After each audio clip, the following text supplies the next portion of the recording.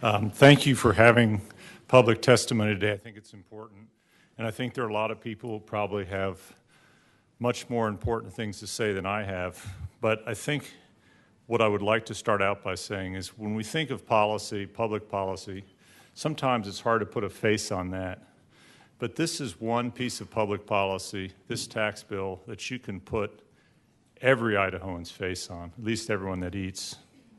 I think that is a good public policy when you can do that.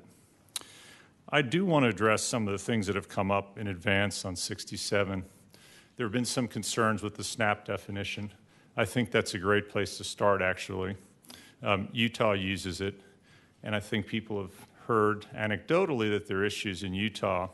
But I think it's important to note a couple things. In Utah, they didn't fully lift the sales tax on groceries, and it's also used for dedicated funds, so it's a bit apples and oranges. The revenue sharing, I think, is very important because one of the things that this bill does not do is it does not disfavor communities. So the revenue sharing piece that's in this bill is good and it's important. And as far as the cost of that, I guess it just happened to work out this way. But roughly the cost of the revenue sharing will be offset by the new income that will come about because Amazon will be remitting sales tax. So I think that's kind of a very convenient trade-off. It's also important to note that when this bill went through the other body, it was very bipartisan, and the whole spectrum of senators was represented in support of this bill.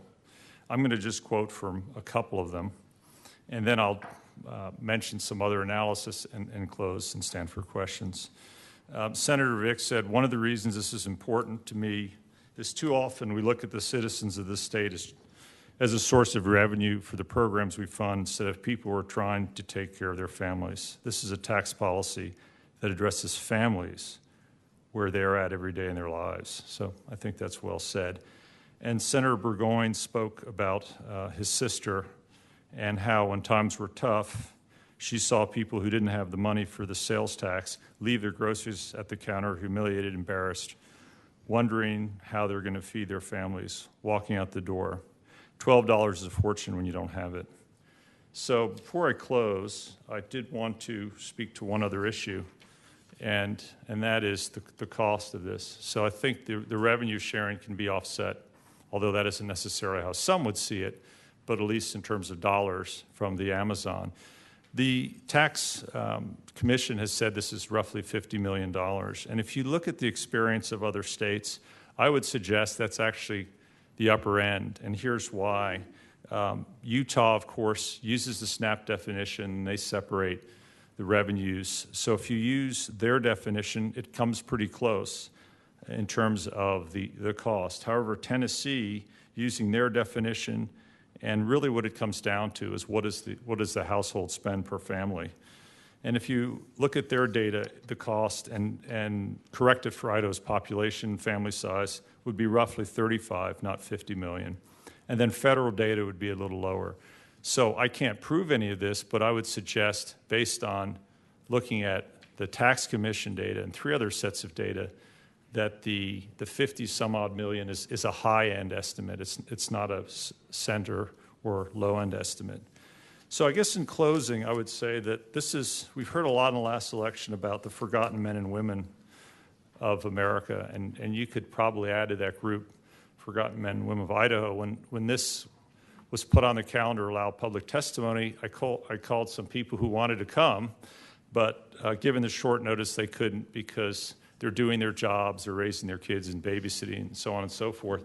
So they're not really here. I don't want to pretend necessarily to speak for them, but somebody does need to. And these are the people that would benefit from this tax cut, and I hope you'll all support it. Thank you, and I'll stand for questions. Questions? Representative Trujillo. Thank you, Mr. Chair. Fred, can you tell me, you're saying that you think the revenue sharing is going to be offset, but where do you come up with your numbers for what Amazon might be bringing in? Okay. Mr. Chairman, Representative Trujillo. So obviously they're preliminary numbers. In the fiscal note, and it's not completely offset, the revenue sharing piece is $26.2 million, And the range of estimates for the Amazon are 14 to 20 that I've heard publicly. Maybe that's anecdotal, but my point is there is that revenue that wasn't expected at the time that this was introduced. So is it a dollar for dollar offset? No. So if you use 14 to 20 and took the midpoint, that's 17. So that's certainly not a huge differential. Thank you. Further questions? Seeing none, thank you, sir. Thank you. Steve